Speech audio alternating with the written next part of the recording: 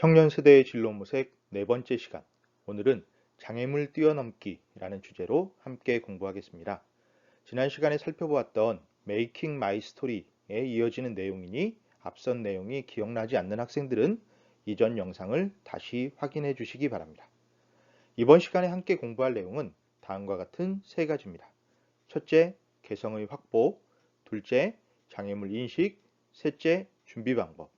이제 본격적으로 오늘의 공부를 시작합시다. 지난 강의와 이어지는 내용부터 마무리하겠습니다. 이야기의 3요소인 주제, 구성, 스타일 중에서 스타일, 즉 작가의 개성에 해당하는 내용이에요. 앞선 강의에서 개성이란 우리가 가진 조건들의 조합 비율이라고 설명했습니다. 여기에 하나를 더하겠습니다. 이야기의 또 다른 특징인데요.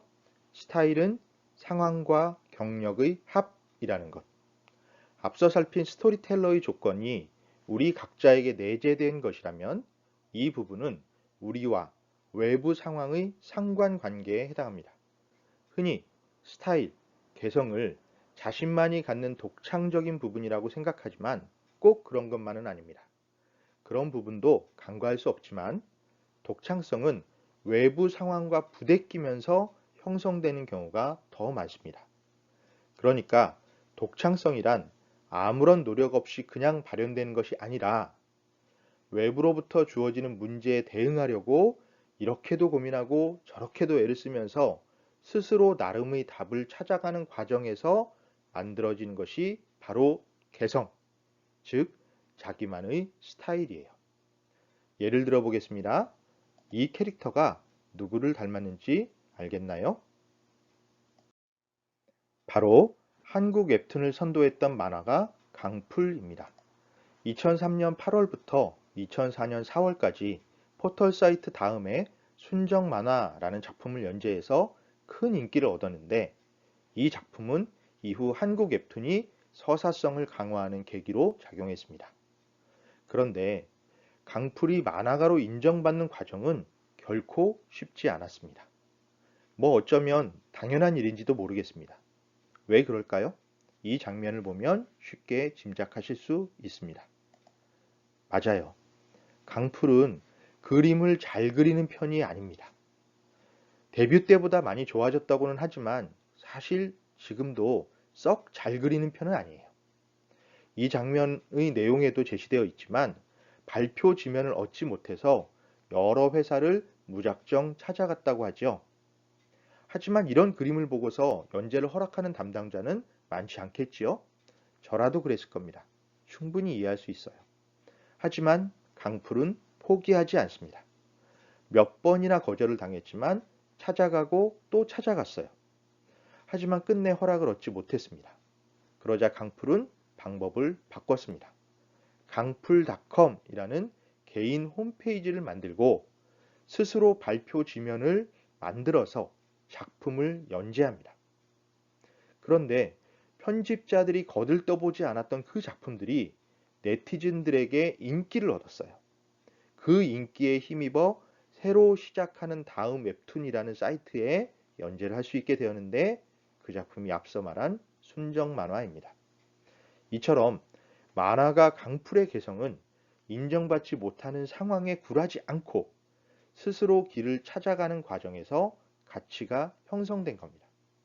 한 가지 사례를 더 살펴볼까요? 제가 관심을 가지고 보았던 드라마 스토브 리그입니다.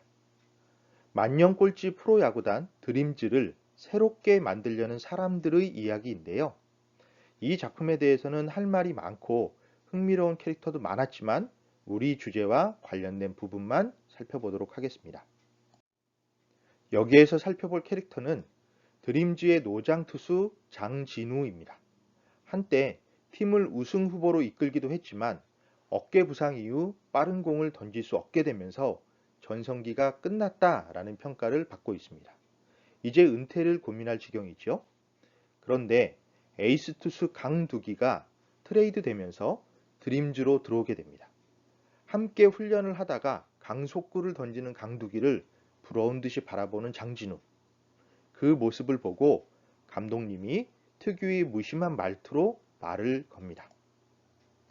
빠른 공이라고 무조건 좋은 공이 아니고 예상했는데도 너무 빠르니까 몸이 반응할 수 없어서 헛스윙 삼진 당하는 저런 공도 있고 이런 건 칠 수 있겠다 싶어서 치는데 빗 맞아서 땅볼로 굴러가는 공도 있지. 아무리 빨라도 강두기보다 빠를 수가 없는데 어떤 공으로 상대편 선수를 괴롭혀야 될까? 자, 이 말이 무슨 뜻일까요? 내가 가진 것이 남들과 다르다고 자책할 필요는 없다 라는 뜻입니다. 누구나 같은 재능을 가진 것이 아니니까요. 남이 가진 빼어난 능력을 부러워하기보다 내 개성을 갖고 나가는 편이 더 가치 있다는 것입니다. 부러워하고 자책하기만 한다고 내 가치가 높아질 수는 없어요. 갈고 닦아 만들어지는 개성이 나를 남들과 다르게 만들어줍니다. 앞선 수업에서 이야기했던 넘버 원이 아니라 온리 원이 되는 것이죠. 그래야 비로소 우리는 특별해질 수 있습니다. 개성을 가지게 되고 나름의 스타일을 가지게 되고 남들은 감히 흉내낼 수 없는 온전한 나의 인생을 살 수 있게 됩니다. 자, 이렇게 해서 마이스토리 만들기에 대해서 모두 살펴보았습니다. 이제 열심히 자신의 길을 갈 수 있을 것 같아요. 하지만 세상 일이 그렇게 쉬울 리가 있겠습니까? 아직 해결해야 될 문제가 남아 있습니다.